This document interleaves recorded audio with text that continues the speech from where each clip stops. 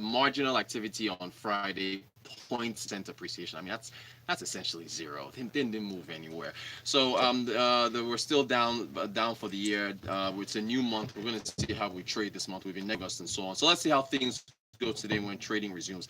There's a lot going on today. Kayode, last week oil hit $80 a barrel, right?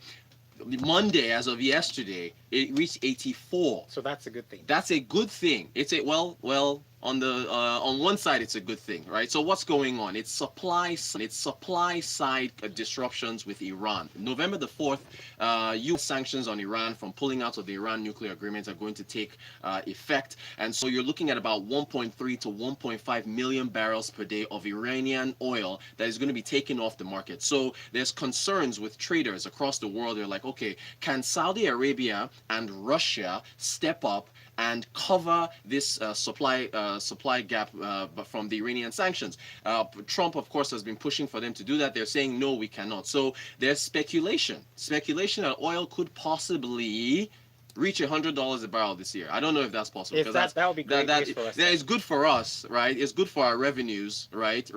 But unfortunately, there's also the issue of the subsidy, because you know the NNPC is the sole importer of fuel now, and in fact, we've got some news coming from the oil marketers. Where is that headline here? Oil marketers are alleging that the federal government is owing them 650 billion naira in debt due to what? Due to subsidy, right? So who's coming out here and saying this? IPMAN, which is the Independent Petroleum Marketers Association, the DAPPMA, the Depot and Petroleum Products Markets Association, they're also there as well. The IPPIS, the Independent Petroleum Products Importers, they're also coming out and saying that about 650 billion naira in alleged subsidy is being owed to them. They say that, look, dear federal government, we are owing a number of banks. You know, if we've borrowed money in order to bring this product into the country, we're losing jobs, we're losing our assets, they're taking over depots. So you know it's an election period, so yes, everybody's jumped out and they're talking about trying to get what they can from the federal government. We know what's going on with the minimum wage issue. As of, I said them yesterday, this Friday, they're supposed to conclude this tripartite meeting of a committee that is supposed to submit their final recommendation to the president as far as minimum wage is concerned. I'm going to retweet an article that I want you guys to read. Nonso Obikile, one of my favorite economists, homegrown Nigerian economist, he's been on the show a couple times. He wrote an article yesterday, posted it on his Medium page about the subsidy, and the minimum wage. He suggested that it should be done in a gradual phase. So it's not something that should be done across the board. That's as they're the payment asking. or the removal? No, forget subsidy. I'm talking about minimum wage now. Okay. The increase, they're looking for, what do they want to go for? 65,000? Yeah, yes. They want to go to 65. So he's saying, look, we can't afford it. Just do it. Focus on the people at the bottom, so level 1 civil servants, you know, the people at the very, very bottom of the pyramid, yeah? Increase it maybe 10,000 this year or 20,000, and then gradually over the course of time. There's no way that it can be spread over the entire way. It just can't happen. So again, I am really excited. I don't know who else is excited to see what happens on Friday when they submit their recommendation and how this thing is going to be implemented. So we'll see how that goes. As far by the way, the oil markets, some of them are still calling for the deregulation of the downstream sector. That is to say that PMS should be allowed to trade at its open market price. By the way, look, whenever crude oil goes up, cost of fuel is supposed to go up as well. So again, the NNPC is shielding you and I. The 145 naira that we're paying for fuel, whenever crude is going up, that's also supposed to go. Like, look at diesel now. Diesel was doing what? 230, fell to 200, fell to 190 per liter. It goes up and down. Diesel is deregulated, so yes, diesel prices go up and down. PMS, that's not the case. Of course, it would almost be political suicide for the federal government to deregulate downstream now, and for people to start paying, of course, with an election coming up. But he could deregulate fuel. Fuel could go up. We should get ready with some very, very interesting times if he wins a second term. Because look, even in the power sector, where is that headline on power? There's so much going on. It's insane. So the LCCI, the Lagos Chamber of Commerce and Industry, as far as power is concerned, they're saying that the federal government should scrap all import duties on power equipment. Okay. So they're saying that, hey, look, you know what? You privatized power in 2013. You sold all these power assets to these players. The assets, some of them are moribund. There's issues with the Gencos. The Gencos are generating energy. They're giving it to the discos who are distributing. The discos can't pay them back for the energy that they're distributing. Why? Because you and I don't have meters. Not all of us have meters. So some of us are bypassing. Some of us are not paying for the power that we have, right? So they're saying, look, you know what? Give Nigerians a break. Let Nigerians be able to import alternate forms, alternate energy, so solar panels and all those types of things. Is that a wise thing? Well, here's the thing. It costs money to import. Remember, we've been talking about camera equipment, right? Yes, you and I. yes, So I looked yes. up this camera that I wanted to bring in because Lagos, everybody's content creation and we're all filming stuff. Kayode, by the way, is an expert photographer. So look, this camera. So I was like, this thing was like what, $200? Yeah. By the time I factored in import costs, bringing it in here, that thing was almost 500. Yeah, 500, about 500. So the cost is almost double. It's double the price. Right. So whatever it is you're bringing into this country or you're importing, of course, there's going to be an import duty. This is the whole tariff thing you're seeing with President Trump and China levying taxes on items that are imported into the country because you want to support the domestic producers. But of course, we don't make cameras here and all this stuff. We also don't make solar. Well, there are some companies that make solar panels here now. Right, they do, but they're not a kind of demand that would be out there if everybody was ordering them. So what the LCCI, the Lagos Chamber of Commerce, is saying: give Nigerians a break, completely scrap the import duty on bringing in these alternative sources of energy, so that we can try to generate our own power.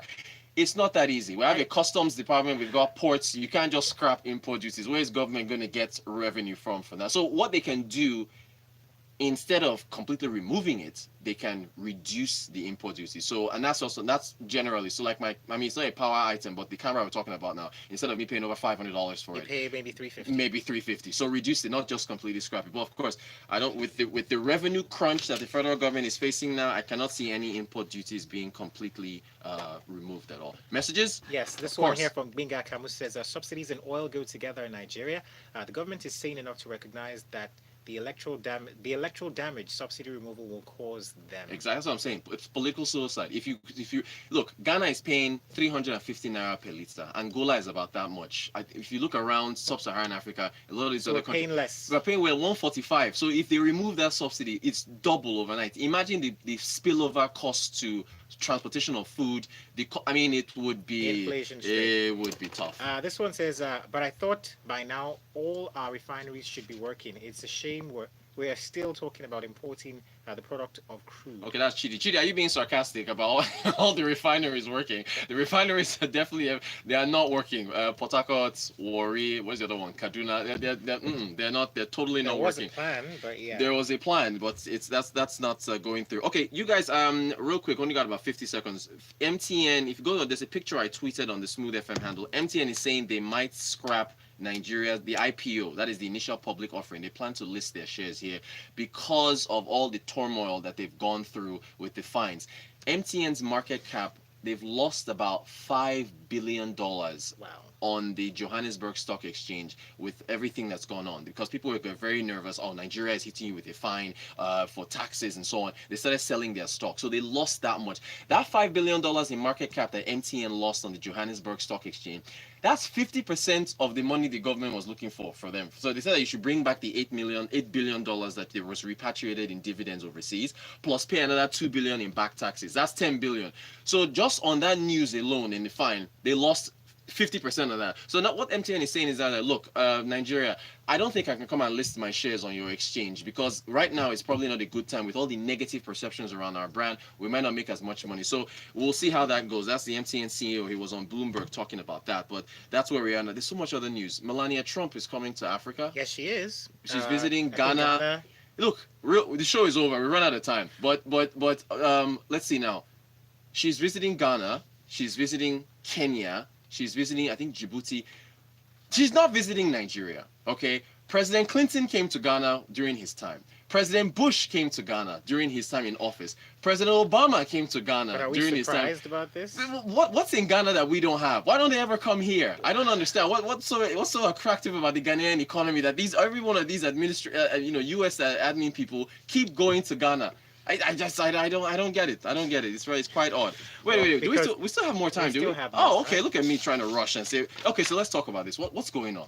Well, here's the thing. And Kenya, they also keep going to Kenya as well. Obama also went to Kenya. Who is out there? Can somebody tell me why they keep skipping Nigeria? I'll tell you one reason. Why? Possibly because of what's going on in the news in the north. Yeah. Okay, I'm not going to mention any The reasons whole- particular, but right. you know what is going on. Exactly, the security So concern. the perception is over there is different. I mean, different things happen in different parts of Nigeria, but Yeah. you know, when you hear one news about one part of Nigeria, you assume that it happens Everywhere. across board. So yeah, that's probably one of the reasons. Speaking of Ghana, so the deputy Senate president, where is that news? Okay, he's Mr.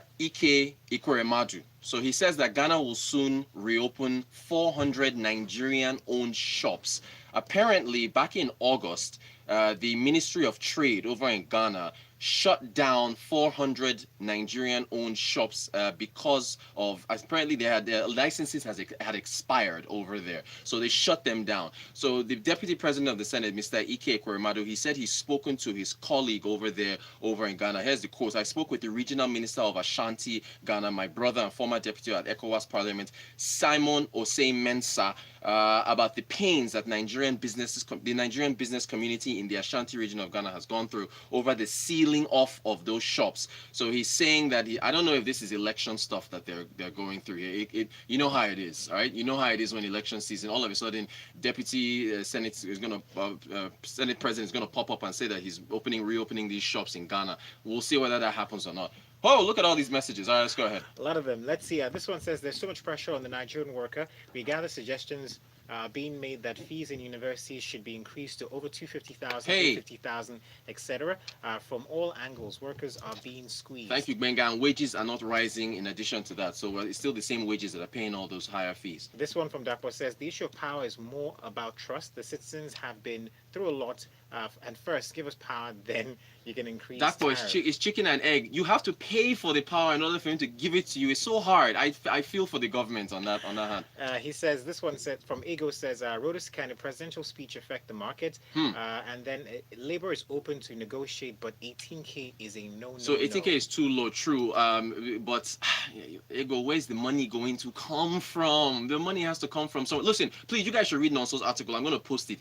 He said if you take all the proceeds from oil in 2017, if you look at the budget performance of 2017, just all the money Nigeria made from oil alone, it is not enough to pay salaries. It's a dire situation. So, well, Ego, thank you for your message. Go Patty ahead. K says NMPC doing boju for us.